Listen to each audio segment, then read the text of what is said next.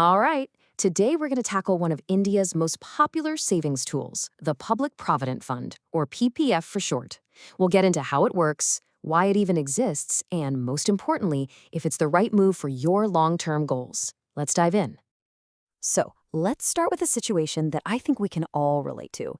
You've got this big, important goal, right? Maybe it's saving up for your kid's education or putting together a down payment for a house. You start saving, you're doing great, but then life happens. That new car starts looking less like a want and more like a need, or the house suddenly needs a big renovation. And just like that, the money you so carefully set aside for the future gets pulled into the present. Sound familiar?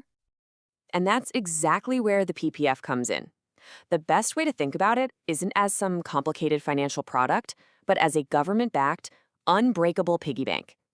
Honestly, its greatest feature is that it forces you to be disciplined with your savings. It's a tool built specifically to shield your long-term dreams from your short-term whims. Okay, so how is this unbreakable piggy bank actually put together? Let's take a look at the basic rules that make the whole PPF framework so solid. Let's quickly run through the key features. First off, it's backed by the government of India, so it's about as safe as it gets. You can put in as little as 500 rupees or as much as 1.5 lakh rupees a year. Now, the tax status, this is a huge deal. It's exempt, exempt, exempt.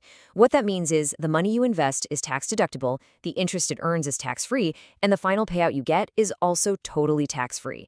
It's for individuals only, no joint accounts. And here's the real secret sauce: a lock-in period of 15 full financial years. Right, that 15-year lock-in, that's where a lot of the questions pop up.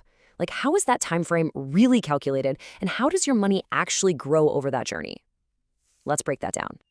Here's a little quirk that trips a lot of people up: the 15 times full financial years rule. So let's say you open an account in July of 2020. The time from then until the end of the financial year on March 31st, 2021, well, that's considered year zero.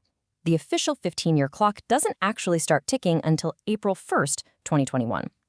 And that's why an account opened in 2020 will mature in 2036, not 2035. It's a small detail, but an important one. So, how do you earn interest? Well, it's kind of a two-part deal. First, the interest is calculated every single month. But, and this is the crucial part, it's calculated on whatever your lowest balance was between the 1st and the 5th of that month. Then, all that interest you've racked up month after month gets bundled together and officially credited to your account just once a year on March 31st. Let's see what that looks like in the real world. This example shows someone making a few small deposits throughout their 0th year. A couple thousand here, 500 there. This is how most of us invest, right? In little bits. But you'll notice that at the end of the financial year on March 31st, all the interest earned on those different deposits gets paid out in one single entry.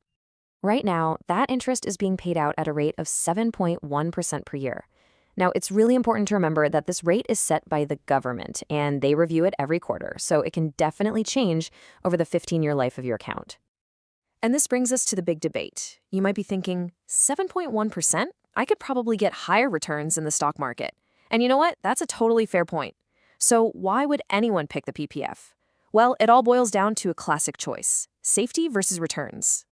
This slide really puts it all in perspective. On one side, you have the PPF, zero risk, guaranteed returns from the government, but your money is locked up and you can't easily get to it. On the other side, you've got market investments, high risk, the potential for high returns, but absolutely no guarantees. The main difference isn't just risk, it's about access. With the market, your money is liquid. You can sell and get it out. With PPF, that's just not how it's designed to work. You know, this quote from our source material just says it all. The fact that your money is locked in, that it has low liquidity, that's not a bug. It's the main feature. That's the whole point. It's what makes sure the money you're saving for your kids' college will actually be there for college and won't get sidetracked for something less critical. It's disciplined by design. Okay, so you get the why behind the PPF. Now let's get into the how. How do you make the most of it, and what on earth happens when you finally get to the end of that 15-year journey? All right. If you take only one piece of advice away from this, let it be this one. Remember how interest is calculated on the lowest balance between the 1st and the 5th? That means you absolutely have to get your money in before the 5th of the month. If you deposit on the 6th, you will get zero, zilch interest on that money for that entire month. And trust me, over 15 years, that really adds up. So fast forward 15 years and the initial term is up.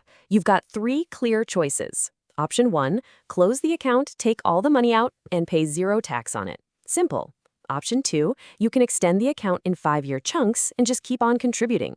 Or option 3, you can extend it, stop putting new money in, and just let your existing balance sit there and continue to grow and earn that sweet, tax-free interest. So after going through all the rules, the strategies, and the whole philosophy behind it, what's the big takeaway here? Who is the PPFs really for? Let's just look at the numbers for a second, because this is where you really see the power of this disciplined tax-free compounding.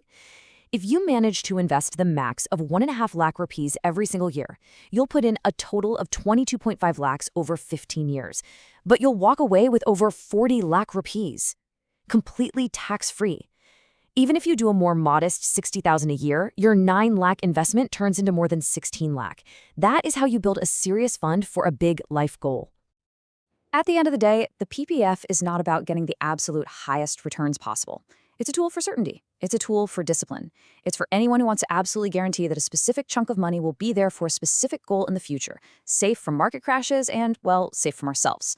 So the real question to ask yourself is this: what goal is important enough for you to lock away in your own unbreakable piggy bank?